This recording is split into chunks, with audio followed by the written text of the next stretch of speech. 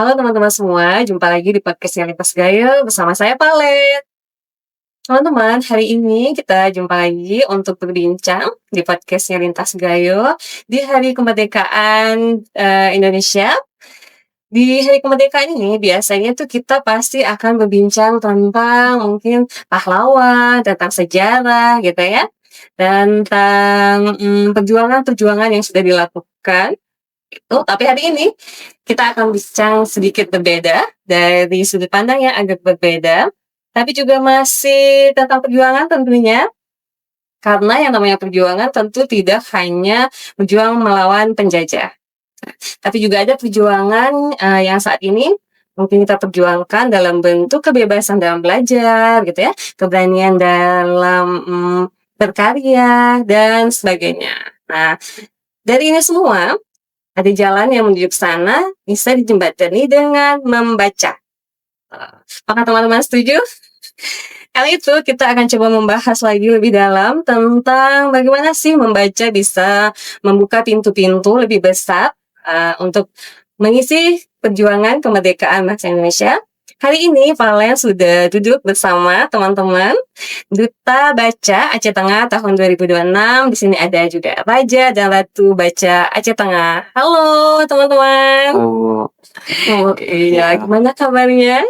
Alhamdulillah baik. Alhamdulillah baik ya. Semangat Semangat. kemerdekaan. Semangat pastinya, Bu. Semangat. Ya, masih muda harus semangat ya mengisi kemerdekaan. Baiklah teman-teman, hari ini kita sudah bersama nih para pecinta baca gitu ya, yang sudah dinobatkan sebagai Raja dan Ratu Baca Aceh Tengah. Kita akan ngobrol tentunya lebih dalam lagi bersama mereka. Sebelum itu mungkin ada baiknya kita kenalan dulu ya, Iya. biar teman-teman di sana juga kenal dan tahu siapa sih yang hadir di sini. Silakan abang dan kakak mungkin bisa memperkenalkan diri dan coba sebutkan sedikit motivasi atau harapan kenapa sih kalian mengikuti ajang ini. Silahkan nih. Baik, terima kasih Bu. Sebelumnya mungkin saya dulu ya. Iya. Perkenalkan teman-teman, saya Naufal Khalis Munte, asal sekolah dari SMA Negeri 8 Takengon Unggul. Untuk saya sendiri, motivasi saya untuk mengikuti ajang Raja dan Ratu Baca ini, saya melihat bahwasanya di sekitar saya tuh generasi muda sudah tergerus budaya membacanya dengan scroll TikTok atau media sosial lah gitu. Jadi saya terusik gitu. Saya ingin mengubah kebiasaan mereka tersebut untuk kembali ke budaya lamanya, yaitu membaca buku dan kegiatan-kegiatan literasi lainnya. Dan saya berharap dengan terpilihnya saya sebagai Raja Baca ini, saya dapat mempersuasi orang-orang di sekitar saya, pun juga saya bisa terus meningkatkan minat literasi khususnya untuk diri saya sendiri. Gitu sih Bu. Nah, luar biasa. Oke, kita lanjut nih sama kakak satunya. Jadi baik semuanya, perkenalkan nama saya Linta Heriska, asal sekolah SMA Negeri 1 Takengon. Jadi motivasi saya sendiri untuk mengikuti ajang ini adalah karena saya sadar bahwasannya di Aceh Tengah sendiri kita butuh penggerak literasi muda yang dimana mampu membantu orang-orang sekitar ataupun orang-orang yang dekat dari kita duluan, bukan untuk rajin membaca buku, yang dimana sekarang banyaknya kita lihat karena arus globalisasi orang-orang jadi meninggalkan kebiasaan membaca buku. Padahal membaca buku fisik itu lebih lengkap daripada membaca buku di AI ataupun media-media lainnya seperti itu, Bu. Jadi motivasi saya adalah saya ingin menjadi penggerak literasi muda yang mampu meningkatkan taraf kebudayaan melalui kebudayaan membaca seperti itu, Bu. Wow, luar biasa ya semangatnya ya. Memang budaya literasi ini jadi PR besar bangsa kita ya, sepertinya ya. Iya, Bu. Karena dari data yang kita baca juga sebenarnya untuk melek baca Indonesia itu sudah cukup tinggi. Tapi masalahnya apa? Kemampuan untuk memahami, memahami isi bacaan. Ternyata Indonesia, wow, masih punya PR besar di situ. Baiklah, kita langsung bercakap-cakap nih. Agak penasaran sih dengan proses kalian gitu ya. Seperti apa sih proses seleksi sampai kalian bisa jadi nih duta baca? Mungkin teman-teman di luar sana yang nggak tahu bisa kalian ceritakan sedikit, mungkin dari mulai pendaftaran sampai ajang seleksinya, biar sedikit membuka pemikiran teman-teman di luar sana tentang duta baca Aceh Tengah ini. Mungkin itu dari saya atau dari dia dulu? Salah, siapa yang mau bercerita kira-kira? Boleh. Bang Nova boleh, silakan. Jadi untuk saya sendiri, pertama saya udah lihat nih informasi bahwa saya dibuka pendaftaran Raja Ratu Baca Aceh Tengah 2026 di Instagram saya.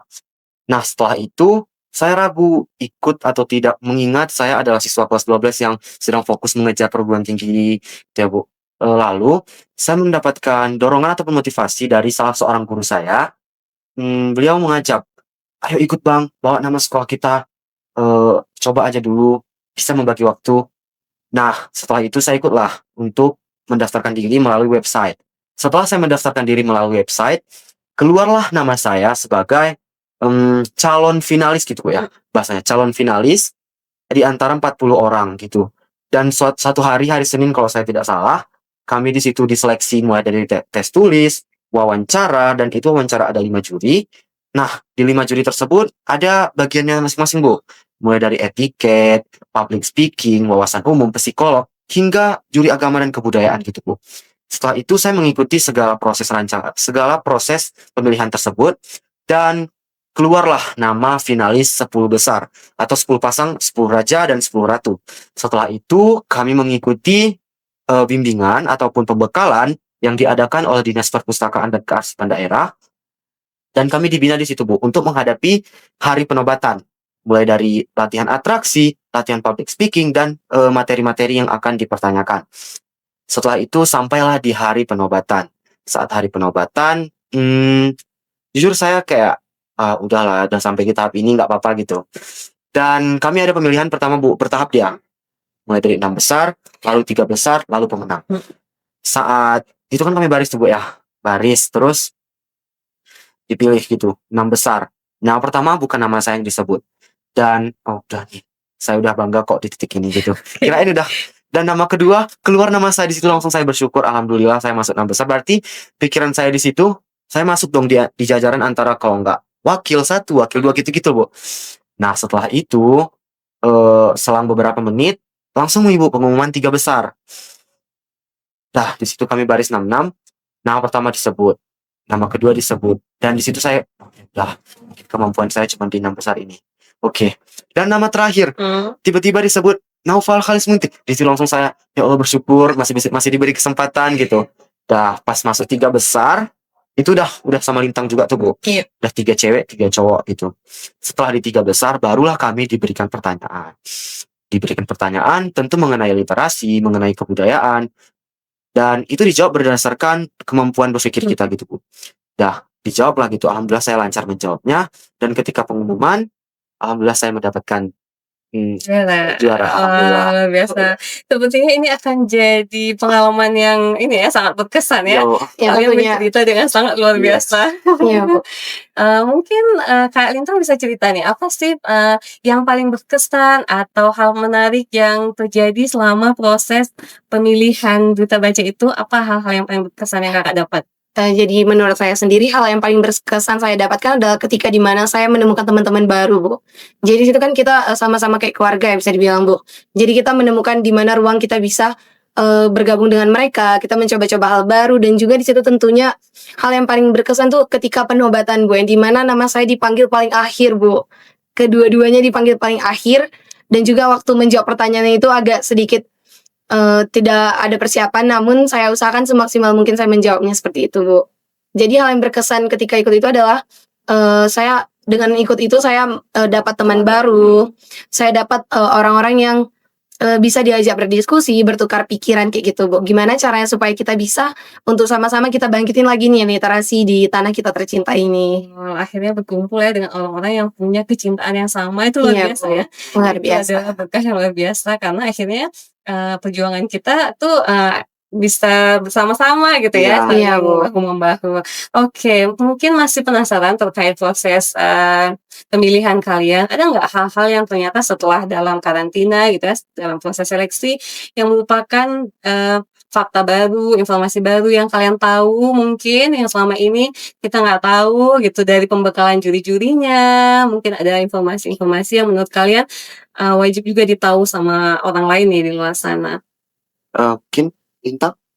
Atau saya? Boleh saya juga yang jawab. Oke. Iya. Mungkin kalau dari saya sendiri waktu pembekalan itu bukan kayak ini kita nih, juri ini memberi materi nih, di mana kayak proses kita, cara ngomong kita tentang public speaking nih, Bu. Jadi menurut saya itu adalah suatu hal yang penting, di mana kontrol emosi dan juga kontrol suara kita di dalam kita memahami suatu, ucapan yang kita ucapkan seperti itu. Ya, Bang Nova gimana?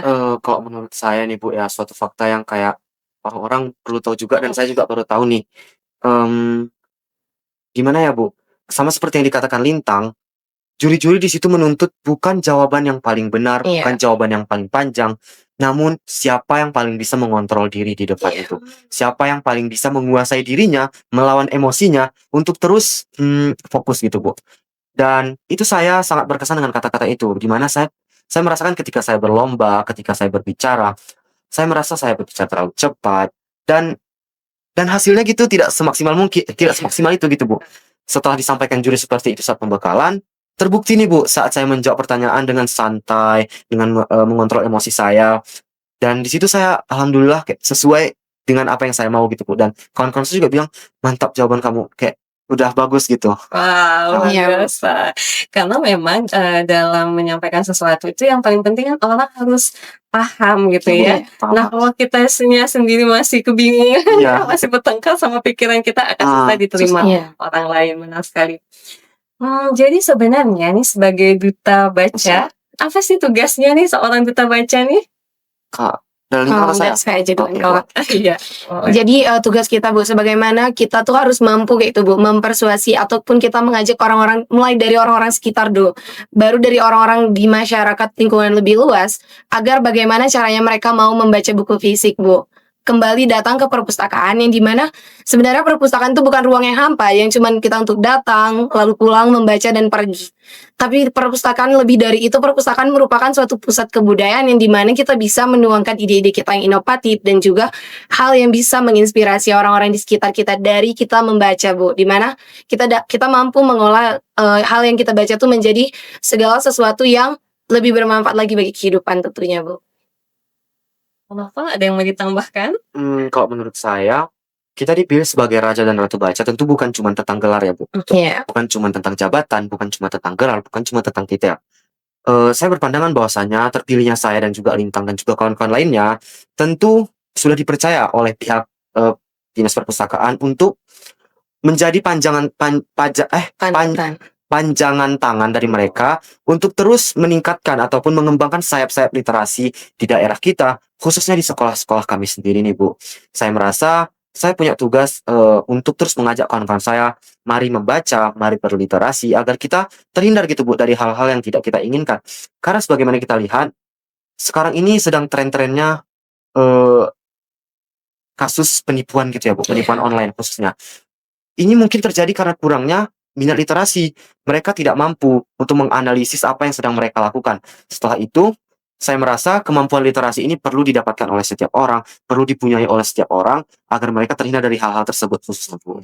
Sekali, penting sekali untuk meningkatkan kemampuan literasi itu memang, mungkin sudah diketahui oleh semua orang, tapi tidak semua orang, punya keinginan untuk mengambil peran. Iya, Nah, benar ini sekali. abang-abang nih dan kakak nih yang sudah diamanahi peran, semoga diberi kemudahan ya Amin. untuk berjuang di Amin ya rabbal alamin. menggunakan literasi. Tentunya untuk mencintai membaca itu kan nggak ujuk-ujuk langsung suka Iya. membaca gitu ya. Nah, paling penasaran nih, kira-kira dulu Bang Lintang, apa sih Bang Noval, Bang Noval. oh iya, Bang Noval ya, Bu. iya. Bang Noval apa sih yang melatar belakangin seorang Noval itu bisa sampai suka membaca? Mungkin kok dari saya, Bu, ya. Sebenarnya dulu tuh saya juga sama seperti teman-teman saya, maksudnya sama dalam artian kurang suka membaca karena saya merasa buku itu tebal dan susah dibaca, Iya. ya melelahkan untuk dibaca. Nah, suatu ketika saya membaca sebuah buku yang berjudul Atomic Habits yang ditulis oleh James Clear. Buku ini mengajarkan bahwasanya langkah kecil yang kita lakukan setiap hari akan berdampak besar pada diri kita. Dan lebih penting langkah kecil tersebut dibandingkan langkah besar yang kita lakukan namun hanya sekali gitu, Bu. Buku ini menyatakan bahwasanya konsistensi akan mengalahkan intensitas gitu, Bu. Dan hal itu juga saya rasakan gitu, Bu. Saya dulu tuh sering kayak ngomong-ngomong doang, kurang tindakan, dan itu tuh kurang perubahan bagi diri saya, Bu. Namun ketika saya melakukan langkah kecil setiap harinya, saya mulai membaca buku perlahan-pelan, dan manfaatnya saya rasakan gitu, Bu. Karena kita kan nggak bisa ya, Bu, Iya. kayak langsung gitu, langsung baca satu buku setiap hari, 100 buku dalam seminggu, itu kan membuat kita panas gitu, jadi kita stres gitu. Besar ya. Maka dari itu, saya percaya buku ini bisa untuk membantu saya dan juga siapa yang membacanya gitu sih. Oh, iya, salah satu buku bestseller ya itu ya. Iya, heeh. Kalau Kak Lintang gimana Kak? Oh. Apakah mungkin, ada, pendidikan dari orang tua, dari lingkungan, dari sekolah yang memotivasi seorang Lintang jadi suka membaca? Jadi motivasi awal saya suka membaca ini saya diawalin dari, saya melihat bukan banyaknya orang yang sekarang yang kayak membaca tuh lewat handphone, Bu. Kalau dulu kan belum ada nih, Bu, kita masih punya perpustakaan-perpustakaan di sekolah, bukan. Jadi mulai dari situ saya pelan-pelan mencoba membaca, Bu, mengawali dari buku-buku bacaan yang gimana saya merasa buku itu, cocok pada diri saya. Sekarang, buku yang paling cocok saya rasa, Sukses dengan dalam berpikir dan melakukan tindakan positif. Itu penulisnya Dr. Arnold Fox dan Barry Fox. Jadi buku ini menceritakan, sebagaimana jika kita bertindak tanpa melakukan adanya pikiran positif, itu kita tidak akan bertindak semaksimal mungkin. Tapi dengan kita memulai dengan kita berpikir positif dan pelan-pelan melakukan tindakan juga, Bu. Jadi hal yang mungkin kita anggap rumit ataupun mustahil itu tentunya bisa kita capai seperti itu, Bu. Oke, tapi aku masih penasaran nih, apakah, orang tua kalian gitu ya, punya peran juga dalam mendukung kalian untuk semakin dekat dan cinta sama buku nih? Dari saya, Bu, atau dari Boleh Bu? boleh. Dari saya. Oke. Untuk orang tua sendiri, saya merasa orang tua saya selalu mensupport saya, selalu mendukung saya dalam hal apapun lah gitu, Bu, dalam artian, hal positif gitu, Bu, ya. Orang tua saya juga kayak, "Ayolah baca buku," karena dulu saya juga, sangat suka bermain handphone ya, Bu, dan saya belum punya handphone handphone orang tua saya yang saya manfaatkan. Orang tua saya kayak, anak saya ini kayak udah anu nih gitu, terlalu main HP nih," gitu. Jadi mereka, bilang, "Ayolah baca buku." Dulu saya SD, Bu, Mhm. eee, ini salah satu flashback, Bu, ya.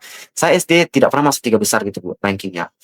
Dan orang tua saya kayak, "Ayolah Nak, biar akademikmu naik, coba baca perlahan-perlahan baca buku." Dan saya ikuti saran mereka, lalu alhamdulillah berdampak pada diri saya, Bu, dan dari SMP sampai SMA, saya tidak keluar dari posisi 3 besar itu sih. Wow, keren. Kakak bagaimana Kak Intan? Kalau dari saya sendiri, orang tua saya juga seperti itu, Bu, selalu mendukung hal yang selalu yang positif-positif, kayak membiarkan kemana kemari, asalkan hal-hal tuh yang berdampak bagi saya sendiri, Bu. Salah satunya itu dengan, orang tua saya membiasakan saya untuk belajar membaca, Bu, kayak membaca buku lah, Nak, walaupun 1 atau 2 lembar per harinya, seperti itu, Bu. Karena, dengan 1 dan 2 lembar buku per harinya itu merupakan salah satu langkah kecil atau upaya agar kita tuh, bisa lagi mengembangkan bacaan-bacaan kita, seperti itu, Bu. Ya, benar sekali. Oke, kita, lanjut ke tantangan sebagai duta baca nih. Pak yang tadi kan sudah bilang ya, sebenarnya tugas duta baca ini tuh tadi, juga untuk, meningkatkan minat baca dari teman-teman. Nah, Iya. setelah nih sejauh apa yang kalian jalani, apa sih sebenarnya tantangan terbesar yang kalian temukan di lapangan, saat mengajak teman sebaya kalian untuk lebih suka membaca? Ada nggak pengalaman-pengalaman yang sudah terjadi? Ada sih, Bu, Tentunya ada sih, Bu. ada. Coba Kak Lintang boleh. Kalau dimulai dari saya, ketika saya mengajak teman-teman saya membaca seperti itu, teman-teman saya kayak menganggap, "Ah, sudahlah, kita kenapa nggak main HP aja kayak gitu, kita scroll-scroll aja, kan lebih praktis, kan kita sekarang udah bisa baca lewat HP." Cuman saya mempertegaskan diri bahwasannya ketika kita membaca dari HP saja kan tidak cukup, Bu. Tentunya kita pasti akan ada bagian-bagian yang terpotong-potong bukan dari HP. Maka saya mencoba, Bu, untuk terus mengajak mereka walaupun, mereka agak kurang suka dengan saya mengajak mereka seperti itu, Bu. Tapi lama-kelamaan akhirnya mereka, mencoba mengikuti juga, Bu. Mengikuti saran yang saya berikan seperti itu, Bu. Soalnya kan daripada kita terus-terusan scroll HP kayak gitu, Bu, itu bakal menjadikan kayak brain out atau pembusukan di otak kayak gitu. Akibat dari adanya serangan terus-menerus dari hal yang kita tonton tuh, kayak gitu, seperti itu, Bu. Kalau Nafa gimana nih Bang Fa? Kalau misalnya teman-teman terus dia bilang, "Aku malas baca, bosan," gitu, cepat cepat suntuk kalau membaca, itu gimana Bang? Untuk novel sendiri ya, Bu, sebelum novel masuk ke tantangan yang ada di sekitar novel, novel mau sampein dulu bahwasanya tantangan terbesar yang novel hadapi, khususnya dalam menjalani Raja Ratu Baca ini adalah mental novel sendiri nih, Bu. Saya merasa saya udah overthinking duluan nih, Bu. Apakah saya bisa menjalankan tugas sebagaimana mestinya? Apakah saya bisa bertanggung jawab? Apakah saya bisa mengiringinya dengan Oh, prestasi-prestasi banyak saya? ya? Sangat banyak sekali, Bu. Jadi, saya merasa, tantangan terbesar itu adalah mental dan juga emosi diri kita sendiri nih, Bu. Namun kalau Ibu menanyakan, tantangan terbesar dari kawan-kawan, tentunya tantangan terbesarnya ketika kita ingin merubah sudut pandang mereka ataupun ingin merubah kebiasaan mereka sih, Bu. Karena kan mereka udah terbiasa gitu yang namanya gadget dan mereka udah terbiasa menonton, media sosial yang di sana tuh infonya tuh kan info-info singkat gitu, Bu, dan Mhm.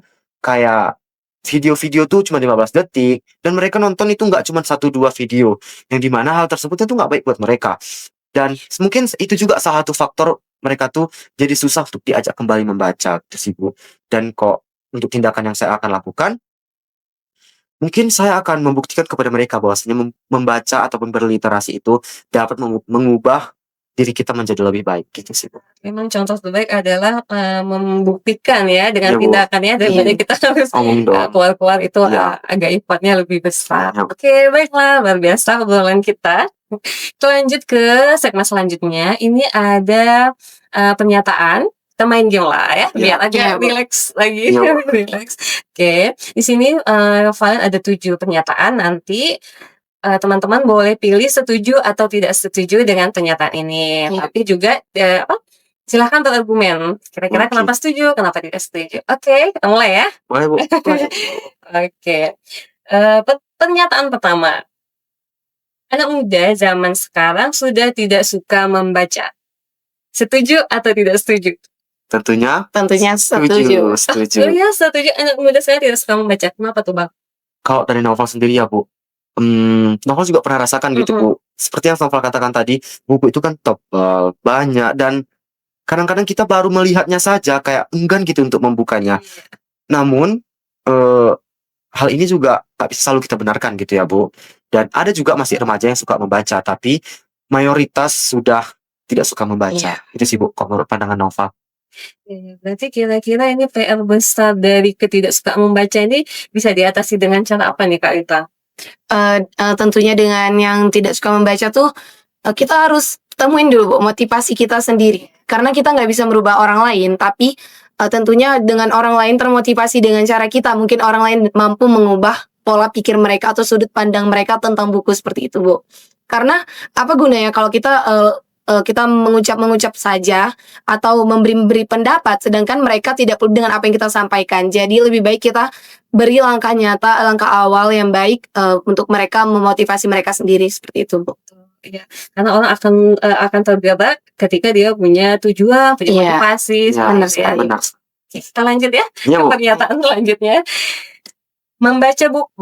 Membaca buku fisik lebih baik daripada membaca melalui HP. Setuju atau tidak setuju? Setuju. Setuju. Iya, tadi sebenarnya Kak Lina udah banyak sekali ya Iya. menjelaskan tentang ini. Kenapa tuh, Kak? Kenapa membaca buku fisik rasanya lebih baik daripada melalui handphone? Kalau menurut pandangan saya sendiri selain berdampak bagi kesehatan, karena kan ketika kita membaca buku lewat, media sosial nih, Bu, atau lewat handphone, tentunya kita bakal kena paparan radiasi bukan ke mata. Jadi selain dari itu menurut saya, ketika kita membaca buku fisik itu informasinya lebih lengkap, lebih teratur, alurnya jelas dibandingkan dengan yang kita baca di media sosial seperti itu, Bu, kalau menurut pandangan saya. Oke. Kalau menurut saya, Bu, ini juga saya dapatkan ketika materi yang disampaikan oleh Dewan Juri ketika pembekalan kemarin ya, Bu. Dewan Juri menyatakan bahwasanya buku fisik itu memiliki informasi yang lebih lengkap dan juga lebih detail dibandingkan dengan buku yang ada di handphone. Info yang ada di handphone. Hal ini saya merasakan, Bu, karena AI seringkali memberi info yang keliru. Kita tak bisa membenarkan bahwasanya AI itu bisa membantu ataupun meminimalisir, mengefisiensi waktu kita dalam pekerjaan kita dalam kehidupan sehari-hari. Namun ya, Bu, hal ini tidak bisa selalu kita benarkan. Buku fisik itu isinya panjang, banyak, dan juga infonya tuh bisa kita manfaatkan gitu, Bu. Namun kalau di handphone seringkali infonya itu sudah bercampur dan banyak pastinya, berita yang informasi yang bias ataupun masih belum jelas gitu sih, Bu. Ya, betul. Tapi aku penasaran nih, menurut kalian di zaman yang memang ya teknologi luar biasa ya, itu memanjakan kita luar biasa gitu kan. Iya, Bu. Iya, Bu. Jadi menurut teman-teman sebenarnya manfaat dari baca buku fisik yang panjang berhalaman tadi ya, berpuluh-puluh beratus-ratus halaman, rasanya bagi kalian pribadi apa sih keuntungan yang kalian dapatkan gitu? Kesenangan yang kalian dapatkan gitu, apa? Dari membaca buku fisik yang tebal itu. Heeh. Dari saya, Bu, Boleh, Oke. kenapa?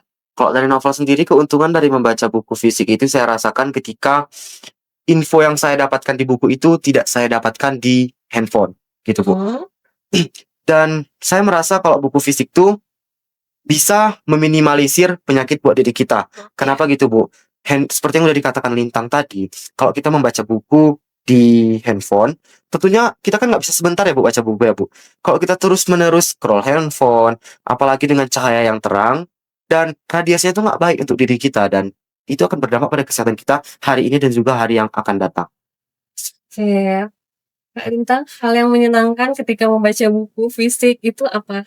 Kalau bagi saya sendiri, selain saya mendapat informasi yang lebih lengkap dan informasi yang dapat saya olah lagi, bukan, kesenangan saya sendiri adalah ketika saya berhasil menamatkan suatu buku, Bu. Itu karena kayak ada rasa kesenangan tersendiri kayak gitu yang tersimpan kan karena kita udah mengikuti alur nih, bukan, membaca cerita yang lumayan panjang, mengambil kesimpulan, dan tibalah kita di akhir. Itu menurut saya adalah bagian yang paling menyenangkan dari suatu membaca buku, seperti itu. Ya, seperti sesuatu yang layak diapresiasi Iya, ya, benar sekali, dengan Bu. kecil ya. Oke, kita lanjut ya di Iya, Bu. pernyataan ketiga. Orang yang banyak membaca pasti pintar. Setuju atau tidak setuju? Setuju. Setuju. Oke, kenapa bisa setuju? Saya kok dari novel nih ya, Bu. Orang yang membaca itu mereka akan pintar. Kenapa saya bisa berkata seperti ini? Saya melihat fakta di lingkungan sekitar saya khususnya, ada satu orang, kita nggak usah ngomong gitu ya, Bu. Banyak sekali orang-orang yang berprestasi di Aceh Tengah ini, pasti mereka membaca gitu, Bu. Karena prestasi itu kan nggak terlalu tentang akademik gitu ya, Bu. Ada juga prestasi non-akademik. Pun prestasi non-akademik tersebut membutuhkan membaca agar mereka itu bisa memenangkan suatu pertandingan tersebut. Gitu sih, Bu, menurut novel. Mengapa Oke. orang tersebut Tapi ada fakta menarik nih gitu ya, karena, ternyata kemampuan membaca tidak berbanding lurus dengan kemampuan memahami bacaan seperti yang kita Iya, bahas benar ya sekali, di Bu. awal. Kak Lintang gimana nih dengan fakta ini kira-kira apakah memang masih setuju kalau, orang banyak membaca pasti pintar?